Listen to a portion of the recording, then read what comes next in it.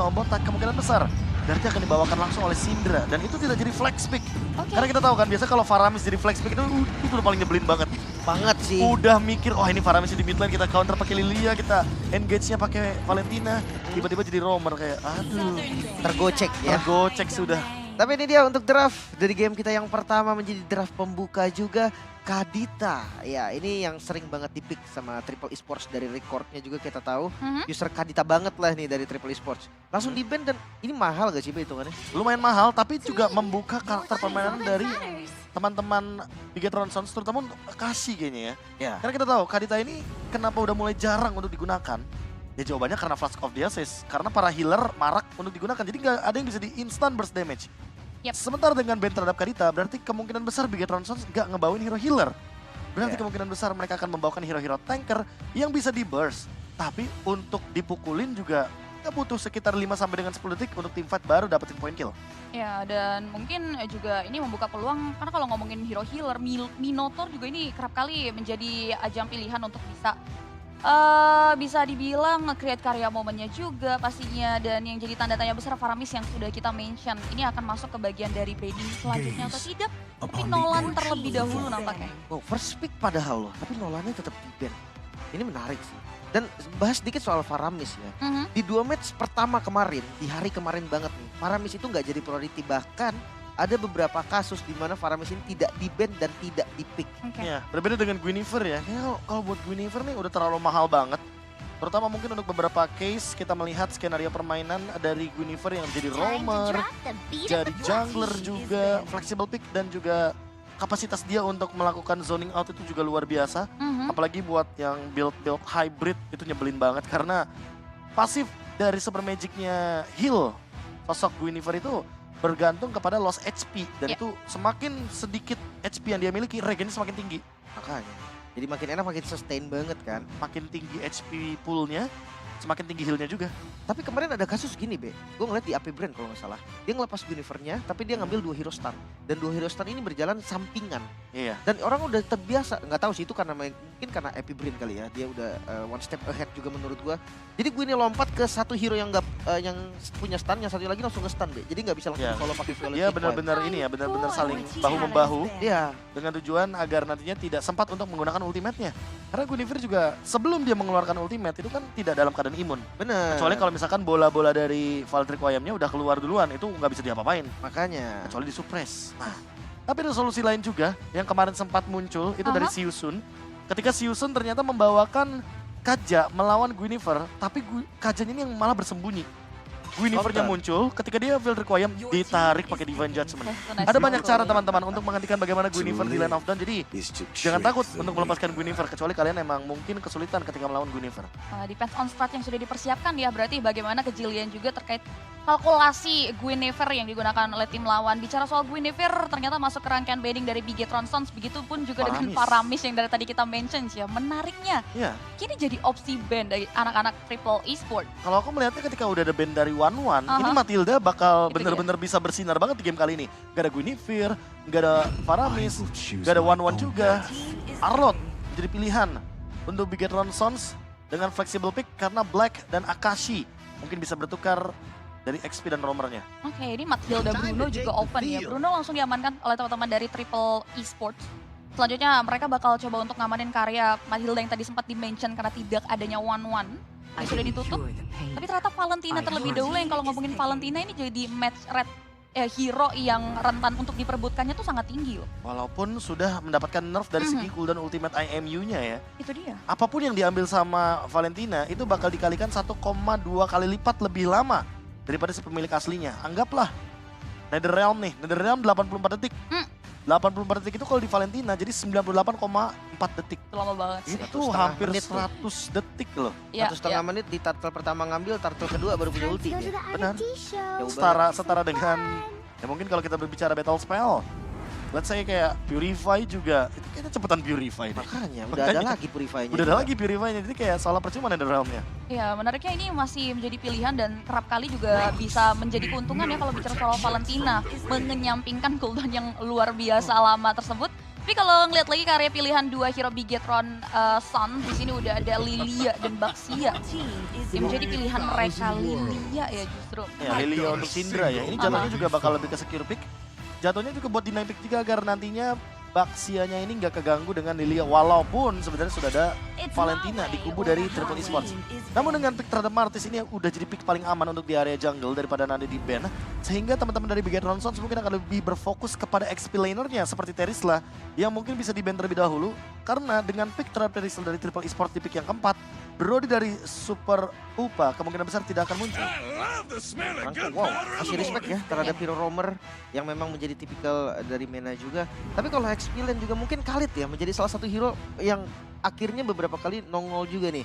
Setelah nerf yang kemarin lumayan parah, tapi ada beberapa tim yang masih bisa utilize-nya dengan baik. Mereka ban Brody-nya. Berarti mereka nggak mau main Terisla dong ya kalau kayak gini.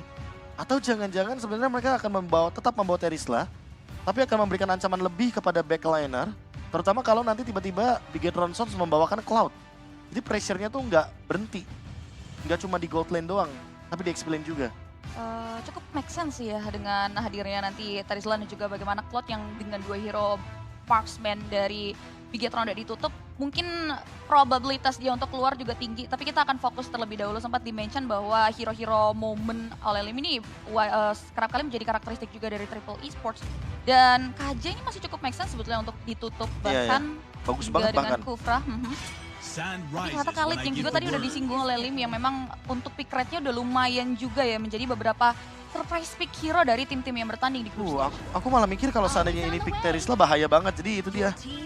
Pick terhadap roamer terlebih dahulu, biarkan nanti last picknya ini bisa jadi counter pick juga. Kalau seandainya Bigetron Sons yang membawakan Terisla, kanan bisa bawa Xborg, dan Xborg cukup bagus karena match up lawannya adalah Lilia, jadi tipe yang poke damage, bukan yang tiba-tiba burst damage.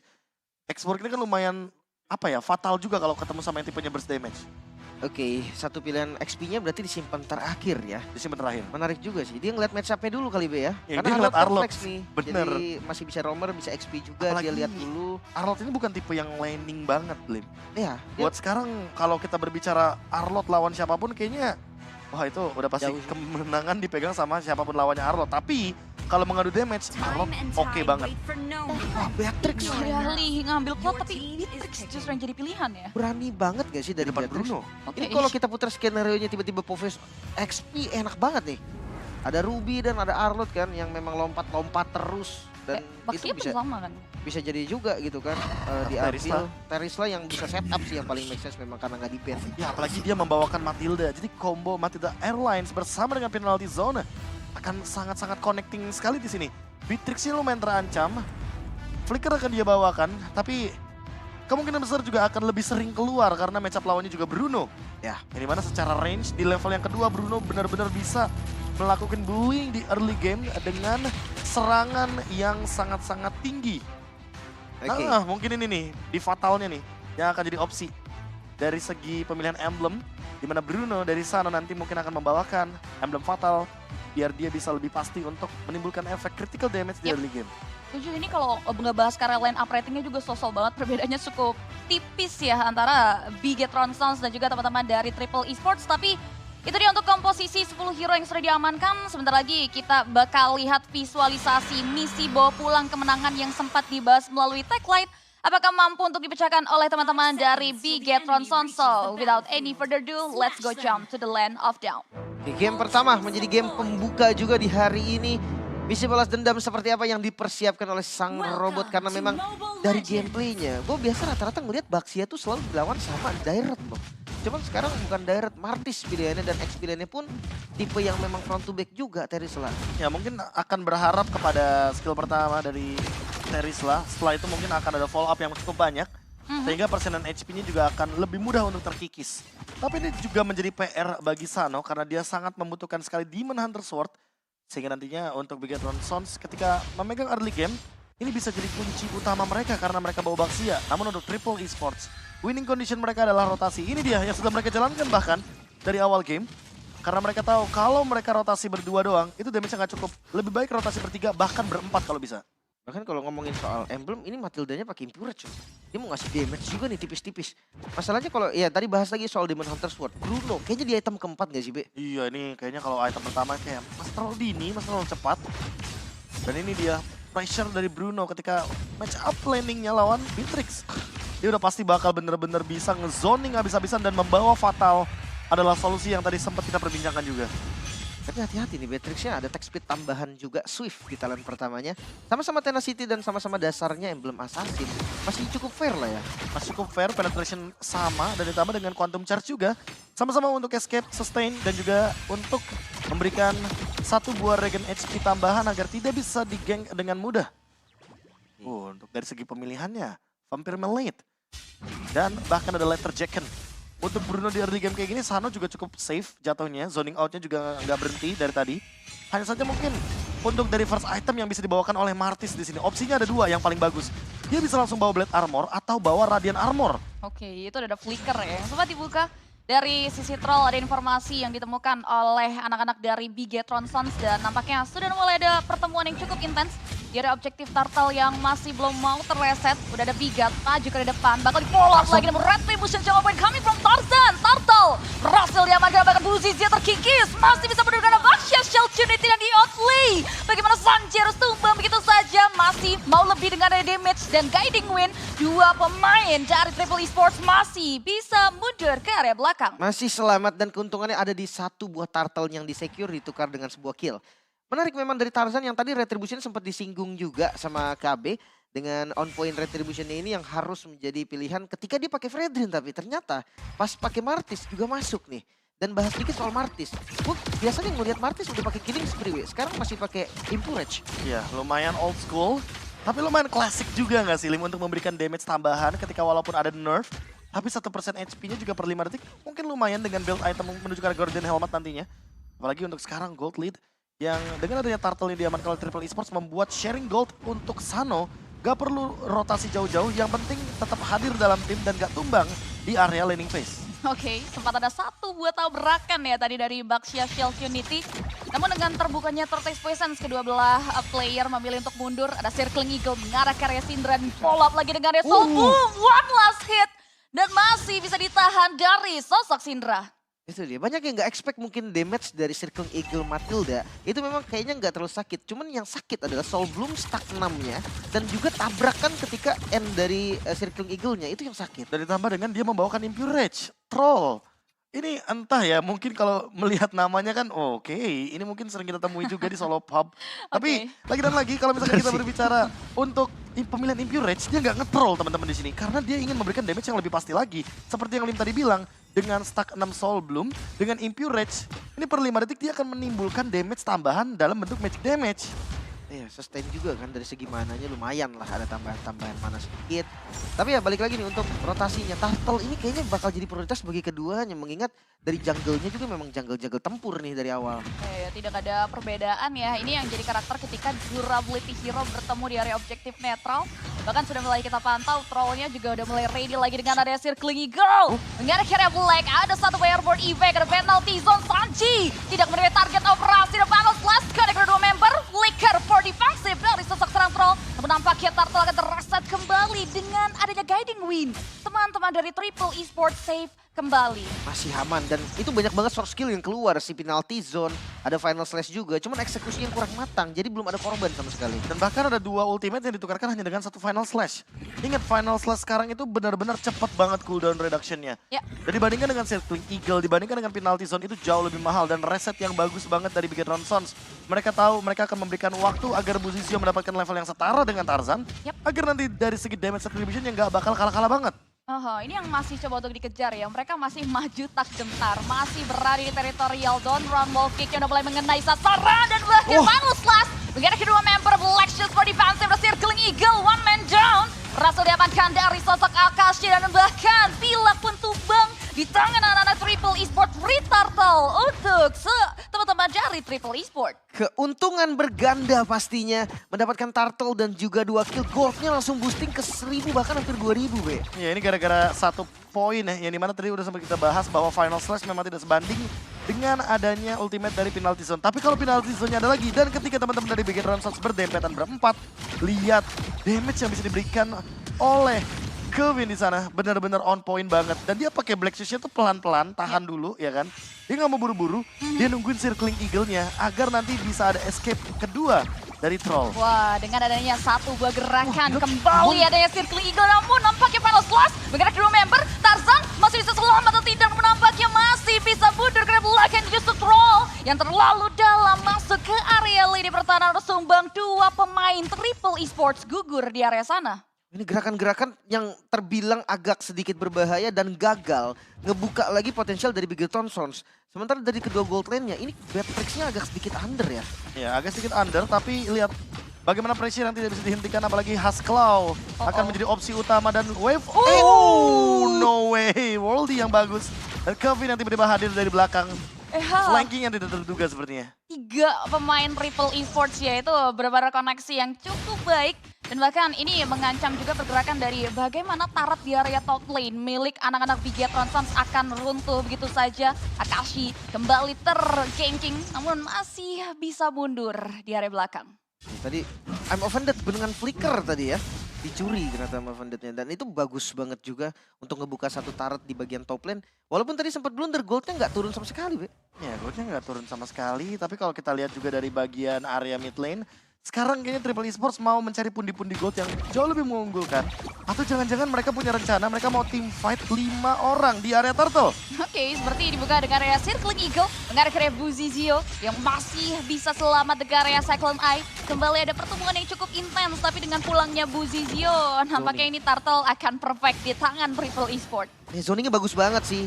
Dia udah ajak Bruno-nya nih. Ya, itu udah power dari Bruno dan juga Matilda. Pokingan damage dan front to back-nya. Wah, lihat agresivitas yang dibawa oleh sosok Troll ini selalu melingkupi terkait bagaimana follow up yang ada di belakangnya. Karena dari tadi kalau kita lihat ya pergerakan dari Triple Esports pasca Matilda diamankan. Ini balance rotasi di area netralnya, rotasi di area turret bawah dan juga atasnya yang kita bisa lihat udah runtuh. Makanya ini udah 2 item Be Bruno-nya, Be. Kedua item OTW ke arah Malefic Roar. 2 item juga untuk Tarzan, Martis dengan Hunter Strike dan Guardian Helmet yang akan menambahkan lagi full HP untuk sustainability dia di area turtle selanjutnya, dan juga Lord yang nanti akan hadir saat lagi. Tapi untuk Buzizio, dia lumayan under conditionnya. Sehingga kita tahu sendiri lah, kalau kita berbicara bagaimana Baxia di losing condition, dia bakal susah untuk farming. Oh, in another side, Black. Black ya, Black bakal coba untuk mulai menggocek kanan kiri. Di sisi lain ada satu buah gerakan manuver lagi dan run walking menggeret satu pemain dan bahkan Sando tumbang begitu saja di tangan pemain Bigetron Suns dan tidak ada pertukaran yang berhasil diamankan oleh teman-teman dari Triple Esports. Lexus tadi defensif dan ternyata di top lane itu hanya ngebeli waktu dan waktu yang dibeli ternyata cukup. Sanoy yang tumbang ini adalah kill yang mahal banget harusnya. Ya, apalagi kalau kita berbicara bagaimana di area bottom lane yang tadi udah sempat ada gerakan tapi tidak bisa mendapatkan sosok Buzizio ya, karena masih terlalu tebal juga. Yap. Damage itu yang diberikan juga masih belum terlalu efisien sepertinya untuk menumbangkan permainan front to back. Sehingga mungkin perlu diniatkan kembali kalau mau menumbangkan ke arah Baxia. Persiapkan dulu Malefic Roar-nya. Setelah Malefic Roar baru mungkin di Manhunter Sword agar nantinya permainan front to back bisa benar-benar 100% dijalankan. Berbeda dengan Beatrix, ini mana dia bisa langsung melakukan sebuah camp di area rumput yang tidak terdeteksi. Masih banyak senjata yang bisa dimainkan, salah satunya adalah Wesker atau bahkan Bennett Rage. Yang kali ini ultimate itu benar-benar burst damage banget. Oke, tapi nampaknya ada Circling Eagle mengarah ke satu member. Docekan yang cukup baik, tapi nampaknya satu Decimet mengarah ke satu member yang membuat Bigetron Suns harus kembali kehilangan Syndra. Masalahnya flickernya juga kebuang nih, tadi Beatrix-nya flicker, dari Liga flicker dan mid lane. Final Slash-nya hanya untuk menggocek saja dari area sisi mid lane, tapi dengan perbedaan level dan juga bagaimana keuangan ini cukup beresiko sih sebetulnya kalau bicara soal bagaimana perebutan Lord yang sudah mulai dipoking oleh kedua belah tim.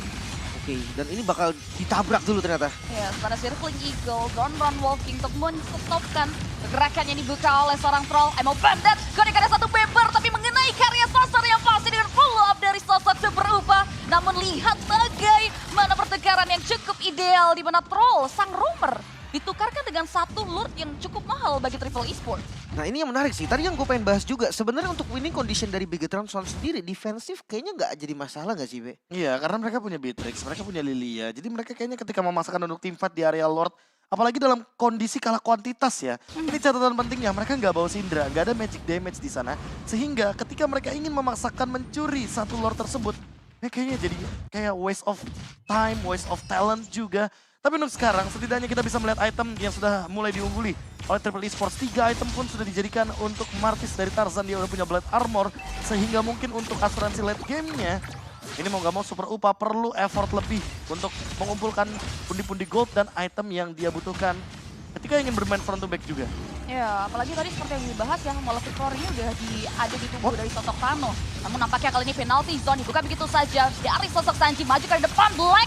What are you doing? Bakal coba untuk flicker mundur ke belakang, tapi kembali. Distractions yang diberikan oleh Triple Esports berfokus ke area objektif turret. Ya, sebelum ada korban juga sebetulnya, dan Super Minion mungkin bisa digunakan untuk ngambil inner turret yang tersisa di bagian bottom lane. Dominasinya gak berhenti nih, karena goldnya pun masih dipegang sampai 4.000 gold loh ini oleh Triple Esports. Ini jatuhnya juga Triple Esports kayak cuma nungguin momentum antara mereka mau engage Lord-nya aja, ngelakuin freeze minion, atau bener-bener ya nge-kiting biar teman-teman dari Triple Esports ini mau ngajakin teamfight-nya di area jungle, Bigetron Sons-nya. Tapi dari tadi, untungnya bener-bener stay safe di dalam. Mereka nggak mau terprovokasi dengan adanya teamfight yang dibawakan oleh Triple Esports di area jungle-junglenya. Ya setuju, ini kalau ngomongin group stage sebenarnya lagi marak juga karakteristik game kayak gini nggak sih? Game yang intens tapi bisa dibilang kill count-nya nggak terlalu banyak, namun objektif dari tim yang lead itu berjalan sesuai skenario yang mau mereka bawa. Ya, itu namanya PWK, Oke. Pressure Without Kill. Jadi Ya. dia tuh bener-bener mainnya pressure objektif, tekan di dalam jungle monsternya. Jadi kalau misalkan ada satu pick off pun ya yang nambah poin killnya cuma satu doang, nggak lebih dari itu. Sementara ya yang terjadi dari Bigetron Sons tadi, mereka benar-benar kehilangan member ketika ada objektif Lord, dan mereka mungkin akan menghindari hal tersebut kembali agar mereka bisa defense berlima. Karena kalau defense berempat, kemungkinan besar mereka ditabrak dengan penalty zone dan Circling Eagle bahkan makin lebih besar juga. Itu bahaya juga sih sebenarnya. Cuman kalau ngomongin mereka defense inside base lah, dia jaga di high ground defense-nya. Tetap agak susah nggak sih? Karena tabrakan itu ngeri banget, Be. Iya. Penalty zone-nya dia masuk ke depan bisa di-save lagi pakai guiding win. Dan yang jadi poin minusnya juga adalah Syndra bawa flicker, Lim. Efek sisi berkelanjutan. Efek sisi yang benar-benar bisa memberikan damage satu, nggak langsung sekaligus efek stun-nya, membuat Syndra tidak bisa mengaktifkan Black Shoes-nya loh. Ini yang mungkin akan jadi masalah, kecuali nanti mungkin Syndra berniat untuk mengganti sepatunya dengan Tough Boots agar dia bisa menggunakan Black Shoes-nya ketika dia terkena efek sisi. Mungkin lebih aman lah ya jatuhnya. Tapi ya ini lagi-lagi nih bagian depan yang sekuat-kuatnya Baxia bisa dimakan loh. Yes, ini udah mulai bisa dicicil habis-habisan oleh Kiro dealing damage anak-anak Triple Esports. Lordnya ini nampaknya tidak memungkinkan untuk bisa diamankan ya. Namun harus terreset karena lihat sudah ada Council Play maju ke depan dan genderang perang kembali dimulai dengan hadirnya Buzizio di area lini pertahanan yang dimiliki oleh Bigetron Sons. Namun penjagaan perimeter masih bisa dijaga tentunya dengan ada sosok troll melalui guiding win.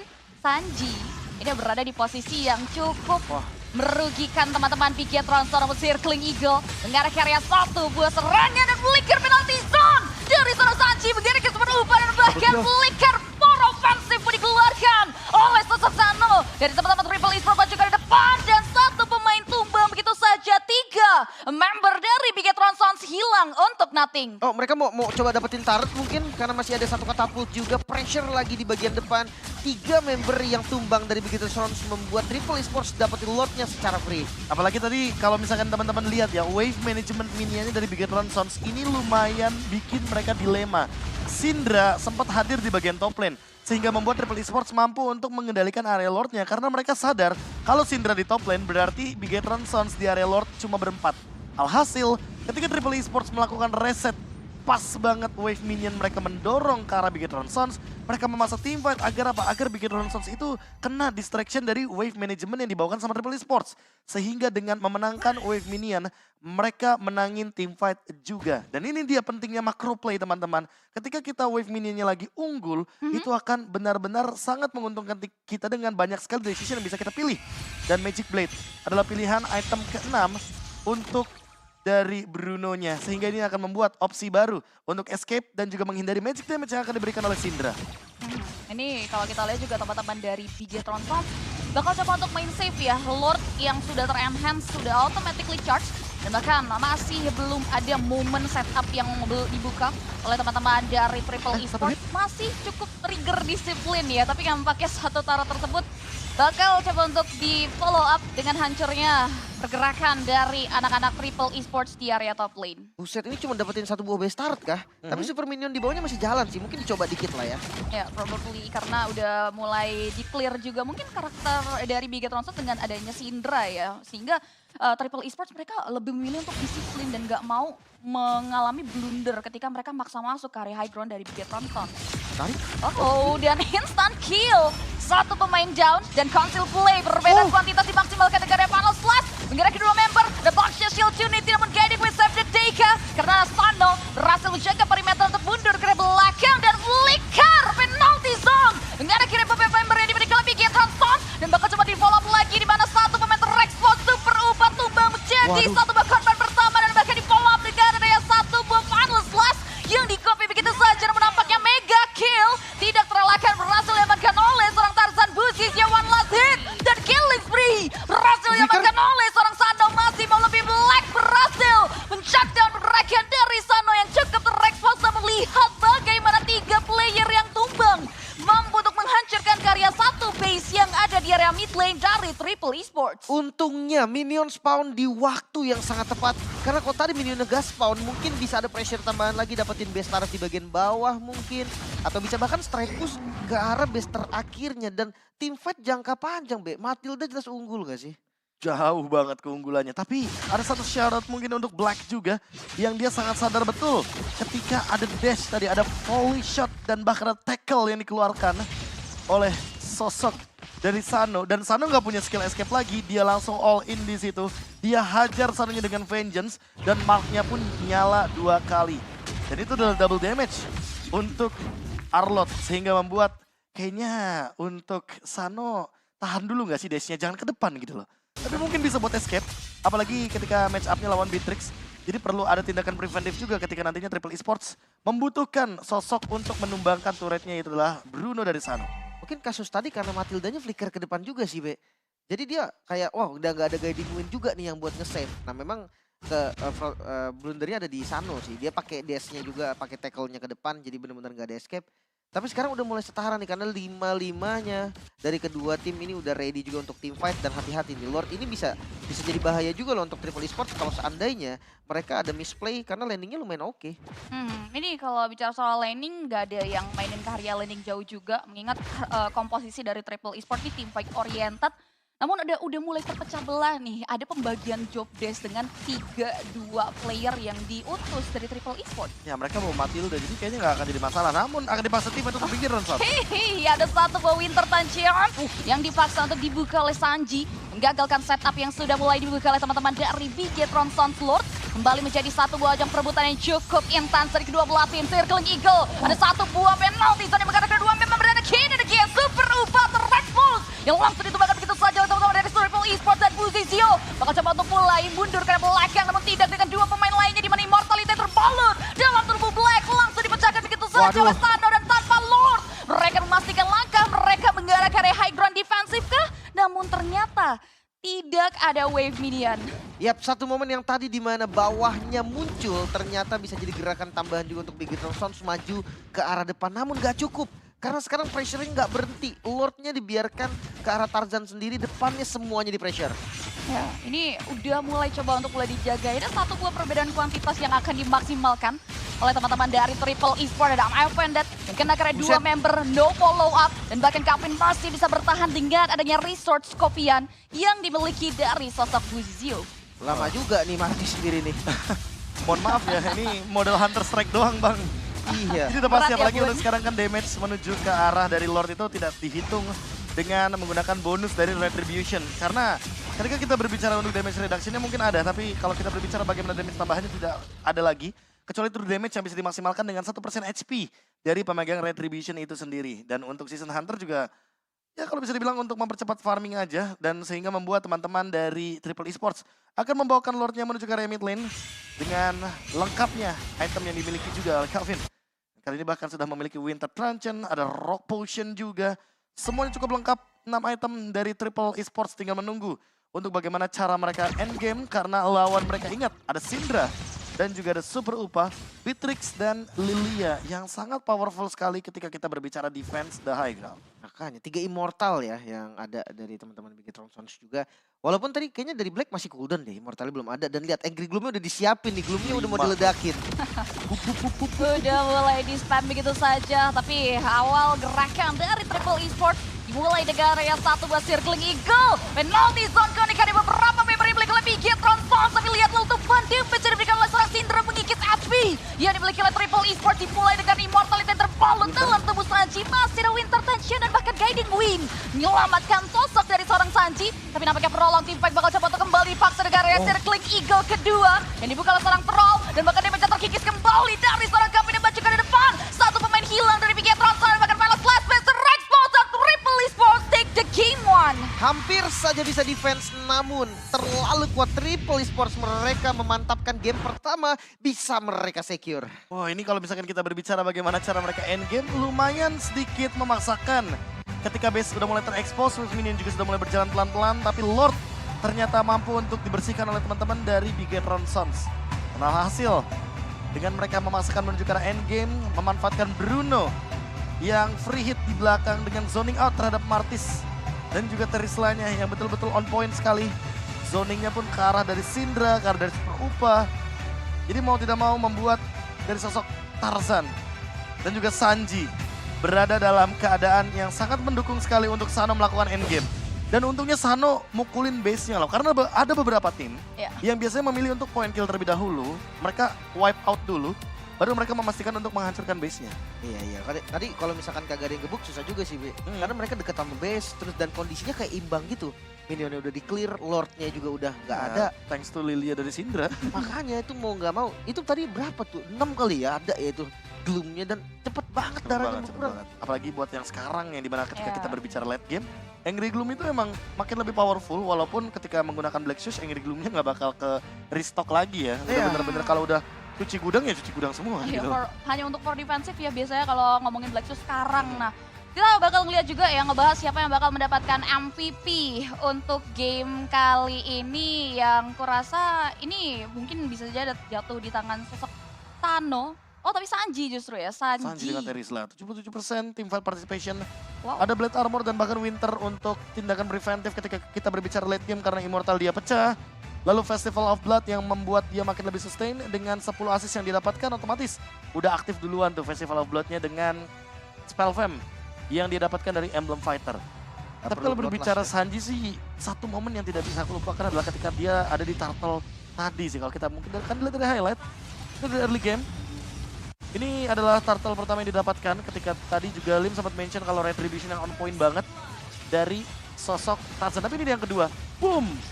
Kena 4 pemain, dan di follow up sama Kevin dengan menggunakan Black Shoes.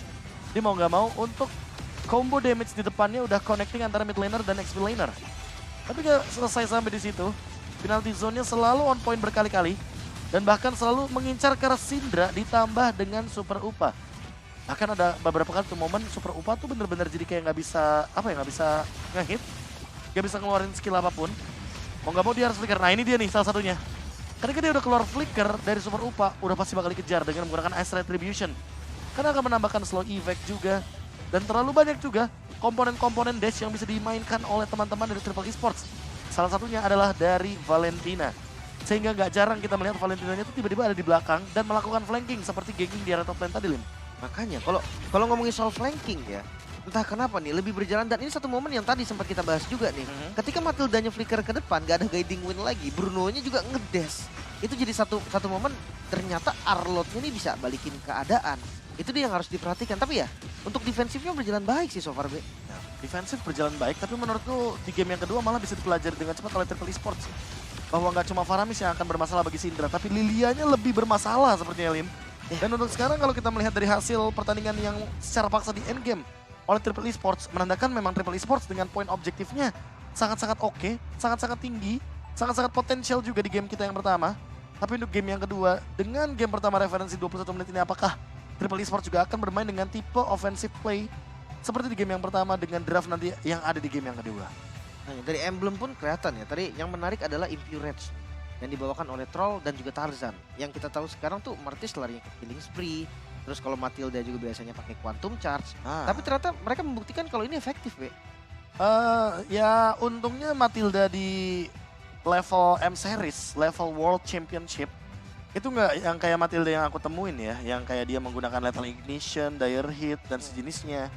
Hanya dengan mengandalkan combo 1 kali tabrak dan dia selesai. Tapi ya tindakan preventif untuk heal up-nya, untuk teamfight jangka panjangnya, untuk penggunaan Flask of the Oasis-nya itu tidak diperhatikan. Malahan power dari Matilda yang ada sesungguhnya itu ada di Flask of the Oasis. Dan ditambah dengan Oracle yang bisa dia bawakan, ditambah juga dengan Entity Talisman yang mengurangi cooldown dari Circling Eagle. Sehingga membuat gerakan dari Troll bisa berkali-kali menyelamatkan teman-temannya berada dalam keadaan yang cukup krusial, cukup sekarat. Dan mau gak mau, Flask of the Oasis, item anti-burst damage. Ini juga mendinai bagaimana Black dengan burst damage-nya dari Bigetron Sons yang tidak bisa dimainkan. Makanya ini sampai 12 juga asisnya ya. Dari 13 skill. Makanya ini. Berarti hampir 100%, apa jangan 100%, satunya lagi dia ngekill gitu kan. Bisa jadi juga.